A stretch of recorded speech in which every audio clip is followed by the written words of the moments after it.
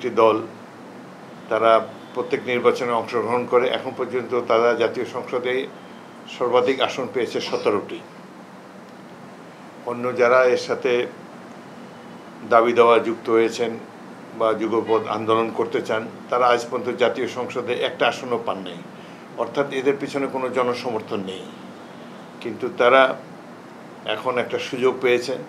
দেশের বৃহৎ দল আওয়ামী লীগ নাই, অপর বৃহৎ দল বিএনপি। তারা মনে করে যে অবলীলায় তারা রাষ্ট্র ক্ষমতায় যাবে, জনগণ তাদেরকে দায়িত্ব দিবে। সুতরাং বিএনপি ঠেকাও এই আন্দোলনই হলো তাদের বর্তমানে কর্মকাণ্ডের মূল উদ্দেশ্য। তারা একটা রাজনৈতিক দল পেয়েছে, এটার জোরেই যা খুশি তার জনগণের উপরে চাপিয়ে দিচ্ছে। এমন কথাও তারা বলেছে তারা সংবিধানও সংশোধন করতে চায়। পৃথিবীর ইতিহাসে কোথাও নির্বাচিত প্রতিনিধি ছাড়া কেউ সংবিধান সংশোধন করতে পারে না। অতীতে আমরা দেখেছি কখনো কখনো সামরিক আইন থাকলে, সংবিধান স্থগিত থাকলে তখন কেউ দুই একটা কনস্টিটিউশনাল প্রভিশন চেঞ্জ করার উদ্যোগ নিয়েছেন। কিন্তু মূল কথা হলো যে আমরা বিএনপি দেশের সর্ববৃহৎ দল, আমরা মনে করি সবচেয়ে জনপ্রিয় দল। আমরা জনগণের রায় ছাড়া কোনো কিছু করতে চাই না। আমরা একটা সুষ্ঠু নির্বাচন চাই।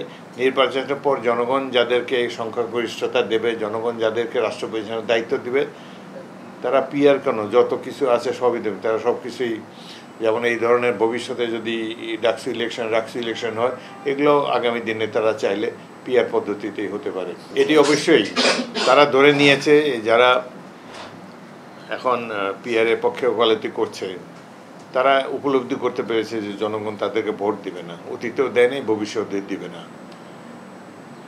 সুতরাং তারা এই নির্বাচনটি বিঘ্নিত করার জন্যে এবং নানা ধরনের ষড়যন্ত্র বাংলাদেশে চলে। কারণ জনগণের যেখানে রায় দেওয়ার ক্ষমতা নাই, সেখানে একজন ব্যক্তি ইচ্ছা করে দেশের মালিক মুক্তার বনার চেষ্টা করে এবং তারা নিজের ইচ্ছা মতো, যাদের কোনো গণভিত্তি নাই। এই যে একটা দল জামাতে ইসলামী তো 17টা সিট পেয়েছে, বাকি যে 2-3টি দল এরা তো একটা কোনো ভোটই পায় নাই, কোনো দিন একটা আসন কোনো দিন জাতীয় সংসদে পায়নি। তারা কেন এসব কথা বলে? তারা বলে যে জনগণ তাদেরকে ভোট দেবে না, এটা উপলব্ধি করে এই নির্বাচনেরও প্রয়োজন নাই। কারণ ইতিমধ্যে 2-1টি রাজনৈতিক দল তারা কয়েকটি লোভনীয় পদ ইতিমধ্যেই তারা দখল করেছেন।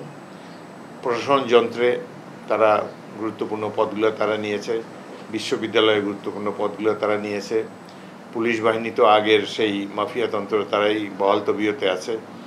সুতরাং এই দেশে যারা এই পরিবর্তনটা আনলো ছাত্র জনতার মাধ্যমে, তাদের কথাবার্তা বা তাদের আকাঙ্ক্ষার কোনো প্রতিফলন দেখা যাচ্ছে না।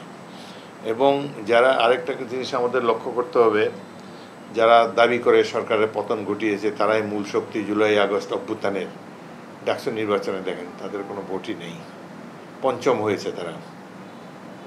সুতরাং জনগণ কিন্তু, বাংলাদেশের জনগণ খুব শার্প। তারা পর্যবেক্ষণ করেন, প্রত্যেকের 24 ঘন্টায় তারা পর্যবেক্ষণ করেন যে তাদের নেতারা কি করছেন না করছেন। সে ছাত্র নেতা হোক, রাজনৈতিক নেতা হোক, সবাইকে একসময় জনগণের কাছে জবাবদিহি করতে হয়। এবং জনগণ যখন তাদের ব্যালট প্রয়োগ করার মতো, এটাই তাদের একমাত্র অস্ত্র, এটি প্রয়োগ করার যখন ক্ষমতা পায় তখন তারা জাস্টিস করে এবং যার যা প্রাপ্য তাকে তা দেয়। আমার মনে হচ্ছে যে আমাদের পাশের দেশ থেকে এই ষড়যন্ত্র করা হচ্ছে। এবং যেহেতু এটা হলো যে নিজের নাক কেটে পরের যাত্রা ভঙ্গ করার যে একটা বাংলা প্রবাদ আছে, সেটি এই কয়েকটি রাজনৈতিক দলের কর্মকাণ্ডে বোঝা যাচ্ছে। তারা নিজেরা তো মনে করে, বোঝাই যাচ্ছে যে তারা জনগণের রায় পাবে না। সুতরাং পতিত স্বৈরাচারের সাথে আঁতাত করেই তারা নির্বাচনকে ভণ্ডুল করতে চায়। আসলে আমাদের অসুবিধা নেই, ফাঁসি তাদেরকেই দিবে। আগেও যাদেরকে দিয়েছে তারাও ভবিষ্যতে ফাঁসির জন্য প্রস্তুত থাকতে পারে। বিএনপি শক্তিশালী দল। আমরা যেভাবে স্বৈরাচারের মোকাবেলা করেছি, যেভাবে মাফিয়াতন্ত্রের মোকাবেলা করেছি, পতিত স্বৈরাচারকে মোকাবেলা করার জন্য জনগণকে সাথে নিয়ে বিএনপি প্রস্তুত।